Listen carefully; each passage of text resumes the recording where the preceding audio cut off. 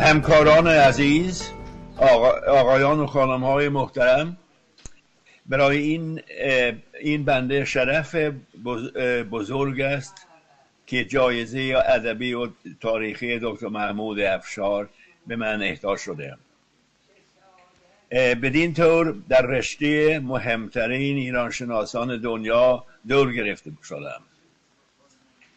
از این احترام واقعا متشکرم و از این همه کلمه قشنگ و مهربان که قبلا گفتید خیلی خیلی ممنونم. امروز روز شعر و ادب فارسی و بزرگداشت استاد شهریور است و در این زمینه میخواهم چند کلمه درباره وابستگی خودم با این میراث بزرگ. متاسفانه در سالهای اخیر فرصت صحبت به زبان قشنگ شما کمتر داشتم و لازم است که این گفتار به زبان انگلیسی میدهم. اگر اجازه فرمایید. All began with a small volume with Edward Fitzgerald's famous renderings of the Rubaiyat Omar Khayyam. I found it in a second-hand bookshop in Uppsala when I was 16. These poems caught my interest, and I studied them carefully.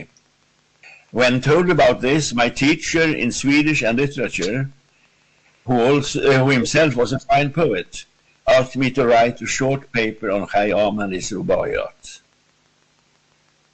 After leaving high school, I started studies at the university, planning to become a chemical engineer. But my literary and linguistic interest made me change my course. And then, by chance, I saw an announcement of a one-year scholarship at the Danishkadi Adabiyat of Isfahan. I applied for it and got it, and in the autumn of 1962, I traveled to Isfahan and started my studies in that historical city. It was fascinating to get acquainted with Iran in the early 60s, and I got to know some of the leading scholars of the time. Among them was the late Afshar, whom I met in the library of the Danishgah at Tehran in the beginning of 1963. We became friends and met numerous times in the coming years, both in Iran and abroad. Of course, these are dear memories for me, especially a day like this when I have the honor of receiving the literary and historical award from the foundation founded by his father.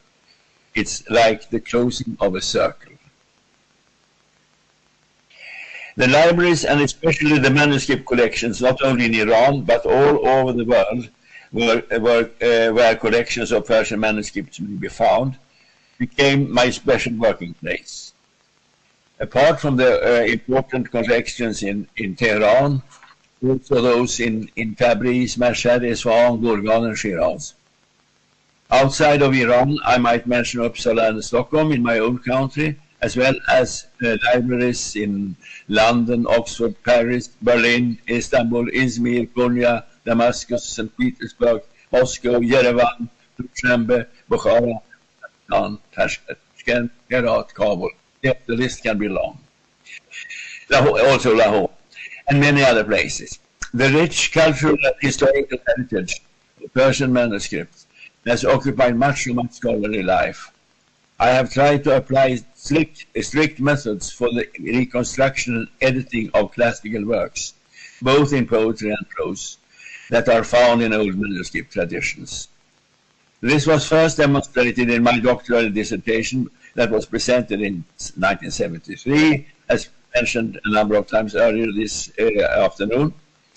Its title is Tariq or Taqib, Sufi Mahnami, ascribed Tahkim Sanai of Ghazna, and probably composed by Ahmad ibn al-Hassan ibn Muhammad al-Nakhshavani, a critical edition with a history of the text and a commentary. A principal discussion of editing methods is found in a paper entitled The Manuscript Traditions of Misbahul al-Mah and the Application of the Semitic Method to New Persian Texts, that I published in 1988. That study finally led to the publication of the mentioned text as The Lantern of Spirits, مسماه الأرواح by Shamsuddin Muhammad ibn Iltoran Bardasiri Kermani. Introduction and critical edition, published in Wiesbaden in 2018. During the around 60 years that I have been engaged in Iranian studies and research, I have covered many fields, as already mentioned here, in a very kind of way tonight. I studied not only a New Persian, but also Middle Persian, that is Pahlavi, and Old Persian, and to some extent other Iranian languages. I shall not bother you with further examples of these, but I will finish my mentioning the book project, which engages now. It is the biography of an officer, traveler, and diplomat named Ludwig Fabricius that I am writing together with a Swedish colleague. This Fabricius was an adventurous character, originally a Dutch officer who in the middle of the 17th century entered the Russian army and took part in the war against the rebellion of Stenkaraz. He was made a prisoner in the Black Sea and sold as a slave to some Tatars in Caucasus, but was lucky enough to be bought out by an Indian merchant whom he knew from Russia. Then he went on and came to Isfahan, hoping to be enrolled in the Iranian army. When this didn't work, he returned to Russia and again served in the Russian army until he went to Sweden in 1677. Having presented his services to the Swedish king and the governing council, they found his knowledge of both Russian and Persian useful, and he was sent on no less than 3 diplomatic missions to Iran. The first in 1679 to 81, and the second in 1683 to 86. Both times held in great favor by Shah Suleiman.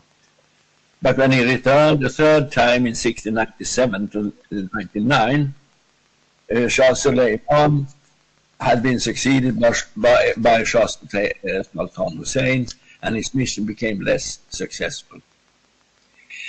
However, this remarkable man spent some 7 years in the city of my studies in 1962 to 63.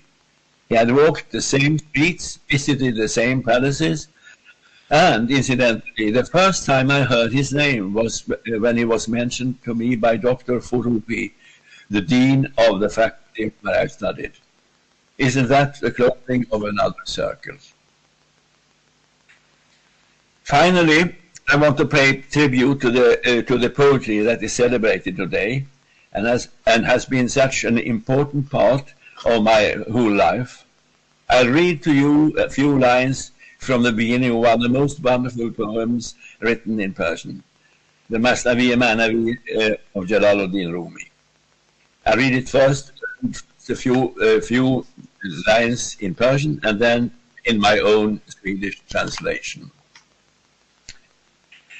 بشنو از نی چون حکایت می کنند، از جدایی ها شکایت می کنند، که از نیستان تا مرا ببریدند، از نفیرم مرد و زن نالیدند.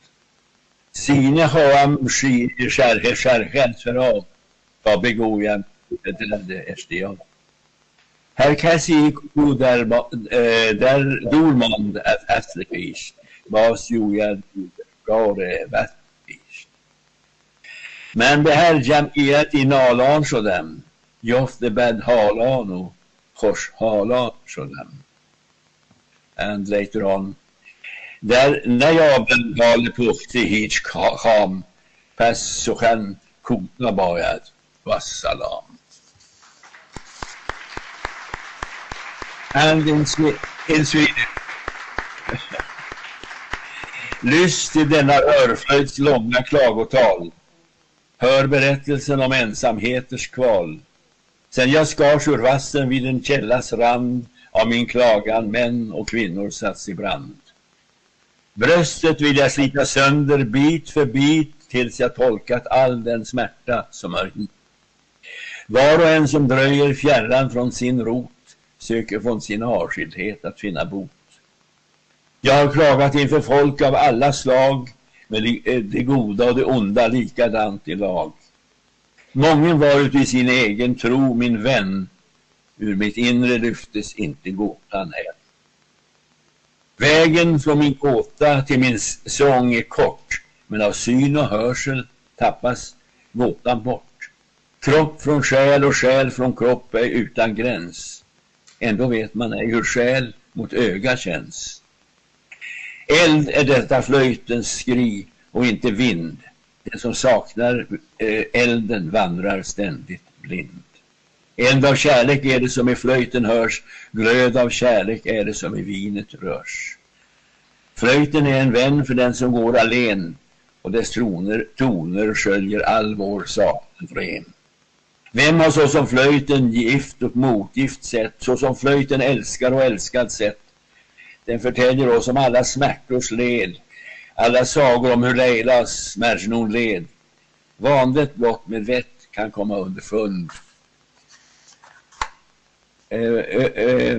Örat är ju tungans enda kund.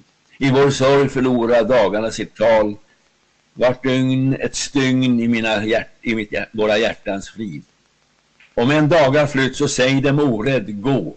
Stanna du, o renaste, som skall bestå. Den som ej är fisk kan bli vid vatten led. Den som saknar dagligt bröd gör dagen vred. Ingen rå den koktes tillstånd kan förstå. Men vad tjänar alla dessa ord till då? Wassalam.